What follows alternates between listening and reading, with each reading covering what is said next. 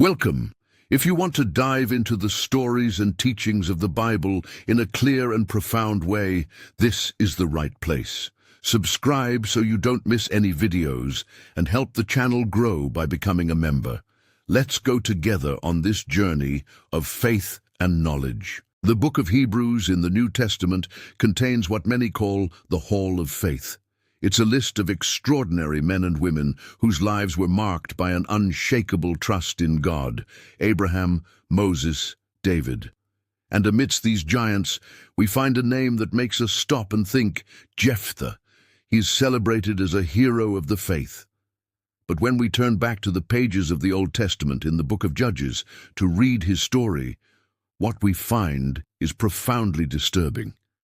We find one of the most tragic, controversial, and shocking narratives in the entire Bible. The story of Jephthah is the story of a terrible vow, of a promise to God that came at an unimaginable cost.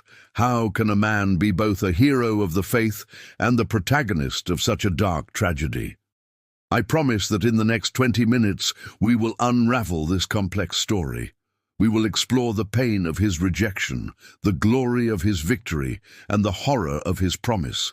And we will confront the question that echoes through the centuries: why did Jephthah pay such a high price? And what does God want to teach us through such a difficult account? Before we dive into this intense story, if you seek to understand the Bible in all its depth, with its stories of triumph and tragedy, subscribe now to the Bible Teachings channel.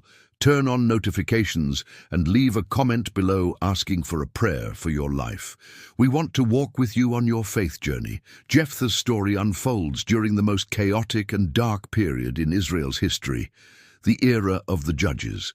The phrase that defines this era is repeated several times. In those days there was no king in Israel. Everyone did what was right in his own eyes.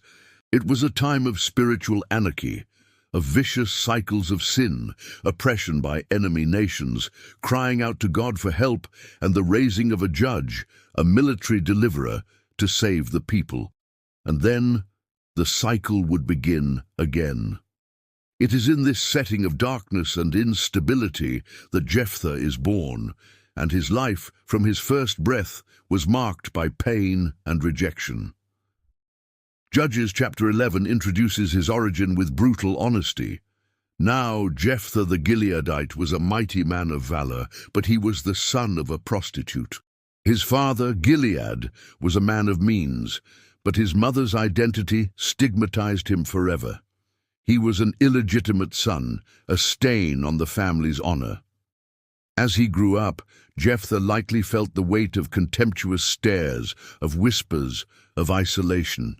He was a constant reminder of an illicit union.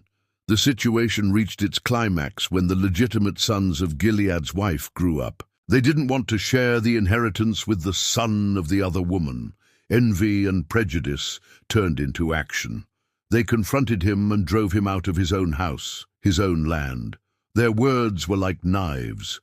"You shall not have an inheritance in our father's house, for you are the son of another woman." Expelled, disinherited, and rejected by his own family, Jephthah fled. He became an outcast, an exile. He went to the land of Tob, a lawless region on the frontier. And there, as often happens, the marginalized are drawn to each other. The Bible says that worthless fellows collected around Jephthah and went out with him. These worthless fellows were not necessarily criminals, but empty, aimless men, likely other outcasts and malcontents of society. And among these men, Jephthah, the rejected, found his place. He didn't just survive, he thrived. His innate leadership ability and his prowess as a warrior, perhaps forged in the hardship of his life, came to the forefront. He became the captain of that band of exiles. He was a general without an army, a leader without a nation. Meanwhile, the nation that had spat him out was in trouble. Israel had once again turned away from God, worshipping the gods of the neighboring peoples. And as always happened, God's judgment came. The Ammonites, a cruel enemy people, rose up against Israel and oppressed them severely. For 18 years they suffered. The situation became desperate. Israel's armies were weak, their leadership non-existent. In their desperation, the people cried out to God, who rebuked them for their idolatry. But moved by compassion, God decided to give them one more chance. And it was then that the elders of Gilead, the leaders of the same region that had sanctioned Jephthah's expulsion, made a humiliating decision. They needed a military leader, a commander who was not afraid of the Ammonites. And they knew only one man with that reputation, the man they had rejected. They traveled to the land of Tob to find Jephthah. Imagine the scene. The men who drove him out, who called him unworthy, now stood before him, heads bowed, with a desperate request. "Come and be our chief, that we may fight against the Ammonites." Jephthah's response was filled with bitterness and the pain of years of rejection. "Did you not hate me and drive me out of my father's house? Why then have you come to me now when you are in trouble?" The wound was still open. He exposed their hypocrisy. They didn't seek him out because they valued him, but because they needed him. The elders, swallowing their pride, insisted. They offered him power. "You shall be head over all the inhabitants of Gilead." They were offering him rule over the very people who had treated him like trash. Jephthah, the outcast, was about to become the general. He agreed, but on one condition, that the promise be made before the Lord. He knew the word of these men was not trustworthy. Only an oath made before God would carry weight. And so the rejected son returned home, not as an outcast, but as the commander of Israel. The first part of his life was a story of overcoming rejection, but the second part would be marked by a decision that would haunt him forever. With his leadership now established before the people and before God, Jephthah did not immediately go to war. He first tried diplomacy. He sent messengers to the king of the Ammonites, questioning the legal basis of their invasion. An exchange of messages followed, a kind of historical and theological debate, where Jephthah demonstrated a surprising knowledge of Israel's history and the law. He argued that the land belonged to Israel because God had given it to them. The Ammonite king, however, would not be moved. War was inevitable. It is at this point that the story takes a crucial turn. The biblical text tells us something extremely important in Judges 11, verse 29. "Then the Spirit of the Lord was upon Jephthah." This is a powerful statement. The same Spirit that came upon other judges like Gideon and Samson, empowering them for victory, was now upon Jephthah. He had God's anointing. He had God's power. He had the divine guarantee of victory. God was already with him. He needed nothing more. But tragically, it seems Jephthah didn't fully understand this. The pain of his upbringing, his life among worthless men, and his exposure to the pagan cultures around him seemed to have shaped his theology in a distorted way. Instead of resting in the certainty of the empowerment he had already received, he felt the need to do something more. He decided to make a bargain with God, as if God were one of the pagan deities who needed to be persuaded or bribed to act. As he marched with his army toward enemy territory, Jephthah made a vow. And what a terrible vow he made. He said, "If you will give the Ammonites into my hand, then whatever comes out from the doors of my house to meet me when I return in peace from the Ammonites shall be the Lord's, and I will offer it up for a burnt offering." Let's analyze this vow for a moment. It is problematic on every level. First, it is a conditional and presumptuous vow. If you give me the victory, then I will do this. He was trying to force God's hand, turning the covenant relationship into a commercial transaction. Second, the vow was incredibly reckless and vague. Whatever comes out from the doors of my house to meet me. What was he thinking? An animal? A servant? He didn't specify, leaving the door open for a catastrophe. Third, and most shocking, is the conclusion of the vow, "And I will offer it up for a burnt offering." A burnt offering was a sacrifice completely consumed on the altar. The law of Moses explicitly forbade human sacrifice, calling it an abomination, a practice of the pagan peoples that God detested. Why would Jephthah make such a vow? Some theologians suggest that his upbringing and life among pagan cultures influenced him. The Ammonites, whom he was about to fight, worshipped the god Moloch, to whom children were sacrificed in the fire. Perhaps, in his distorted mind, Jephthah thought that to defeat the Ammonites, he needed to offer Yahweh a sacrifice as great as those his enemies offered to their gods. He was projecting the characteristics of pagan idols onto God. Jephthah's vow was not an act of great faith, but of great ignorance and presumption. It was an act of distrust, born from a heart that, though chosen by God, did not yet fully understand the gracious and holy character of the God he served. God does not need our bargains. His presence and power are not bought with promises. The Spirit was already upon Jephthah. The victory was already guaranteed. But in his anxiety and flawed theology, Jephthah made a promise that would turn his greatest victory into his deepest and most enduring pain. The trap was set not by the enemy, but by his own words. With the terrible vow still echoing on his lips, Jephthah advanced against the Ammonites. Empowered by the Spirit of the Lord, he became an instrument of divine power. The battle was fierce, but Israel's victory was total and overwhelming. The Bible says he struck them with a very great blow. He conquered 20 cities, completely subduing the enemies that had oppressed Israel for so long. The Ammonite threat was neutralized. Jephthah was the hero of the day. The nation was free. Imagine the journey back home, the army marching, tired but jubilant, the shouts of victory, the relief of the ended oppression. Jephthah, the rejected, was now Jephthah, the deliverer of Israel. He was at the height of his glory, returning to his home in Mizpah, no longer as an outcast, but as the head of Gilead. He had fulfilled his part of the deal with the elders. And in his mind, God had fulfilled his part of the bargain. Now, it was up to him to fulfill his. Perhaps in the euphoria of victory, the weight of his vow had momentarily dissipated. Perhaps he hoped that one of his animals, a sheep or an ox, would come out first to greet him. He approached his house, the place once denied to him, now the center of his power. And then the sound of music and dancing reached his ears. The door of his house opened, and the reality of his rash vow hit him with the force of a mortal blow. It was not an animal.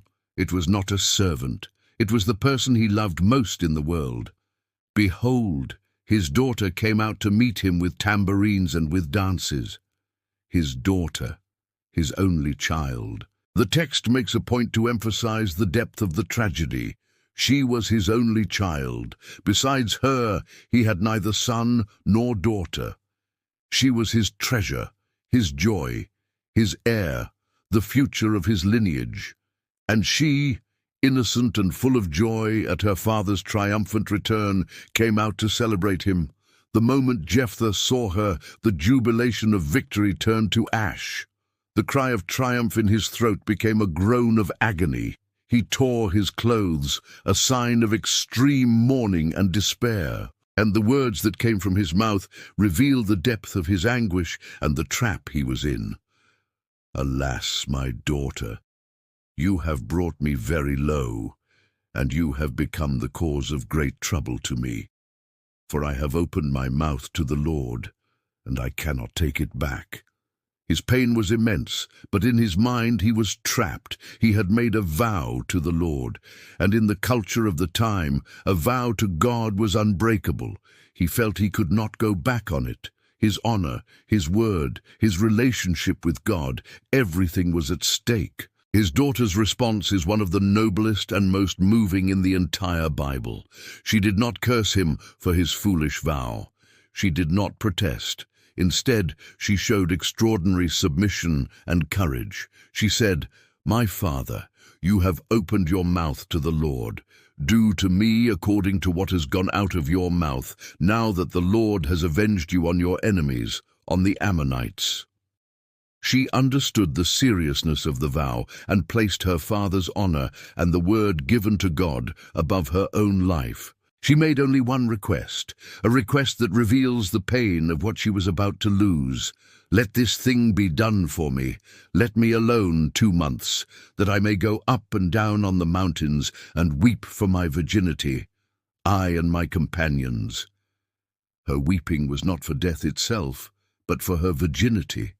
For a woman in Israel, to die without having married and without having children was a tragedy. It meant the end of her lineage, the erasing of her name from the inheritance of Israel. It was the sacrifice of her future. Jephthah, heartbroken, granted her request.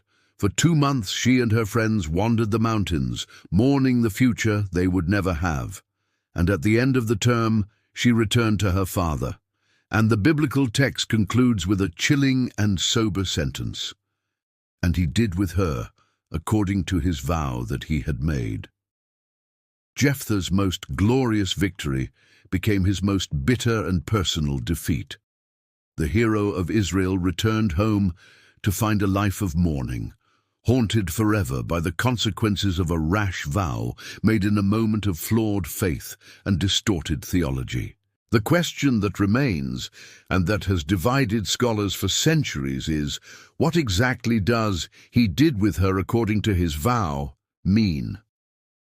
The final phrase of the story, "and he did with her according to his vow that he had made," leaves us facing one of the most difficult and debated questions in the entire Old Testament.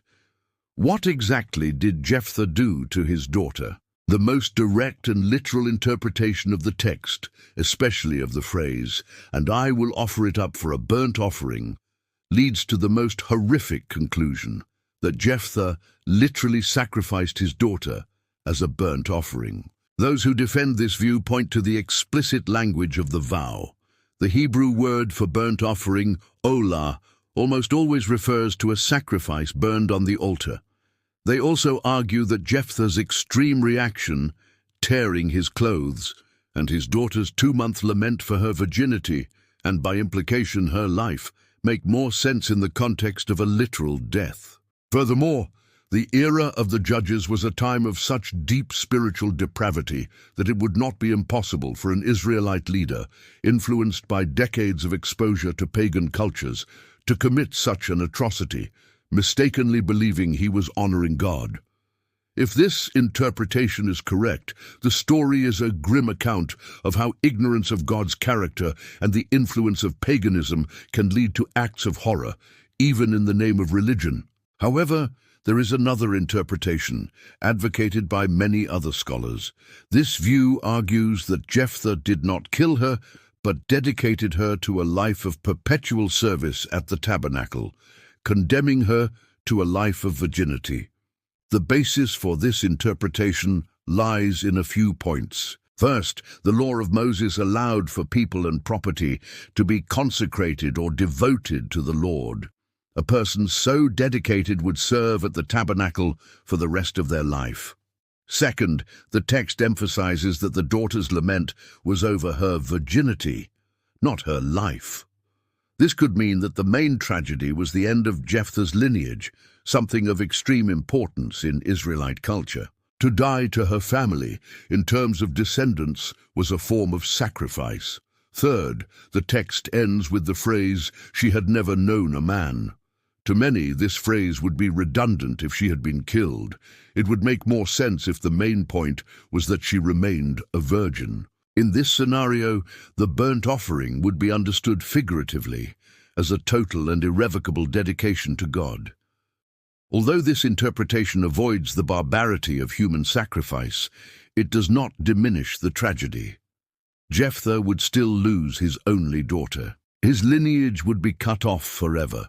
He would live the rest of his days alone, and his daughter would live a life of isolation without the joy of marriage and children, which was the greatest desire of a woman of that time. Whichever interpretation is correct, the result is the same: a devastating tragedy born of a foolish vow. The Bible does not cover up this story. It presents it in all its rawness, without excusing Jephthah. The narrative does not say that God demanded or was pleased with this vow. On the contrary, the Spirit of God was already upon Jephthah before the vow, indicating that the promise was entirely unnecessary. The story serves as a terrible warning. So what do we learn from the shocking story of Jephthah? The first lesson is that God, in His sovereignty, uses deeply flawed and broken people to accomplish His purposes. Jephthah's life began with rejection and pain, but God used him to deliver a nation. His inclusion in the list of faith heroes in Hebrews likely celebrates his act of trust in going to battle against a superior enemy, not his disastrous vow. The second lesson is a powerful warning about the danger of our words, especially when directed at God. The Bible warns us not to be rash in making vows. It is better not to make a promise than to make one and not keep it. Jephthah's story is the ultimate example of a promise made out of ignorance and pride, which brought only pain. And finally, the deepest lesson, the critical importance of knowing the true character of God. Jephthah acted based on a distorted view of God, a God who needed to be bribed, a God who would be pleased with an abominable act. He did not know the heart of the Father, who says in Micah 6:8 what He truly requires of us, to do justice and to love kindness, and to walk humbly with your God. God does not desire extravagant sacrifices born of fear, but an obedient heart born of love and trust.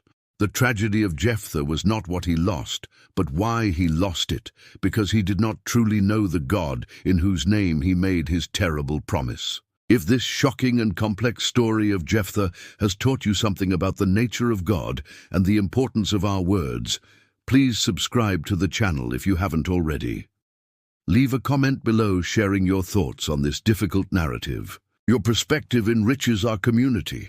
May we learn from Jephthah's tragedy to walk humbly with our God, trusting in His grace and not in our own bargains. The peace of the Lord be with you.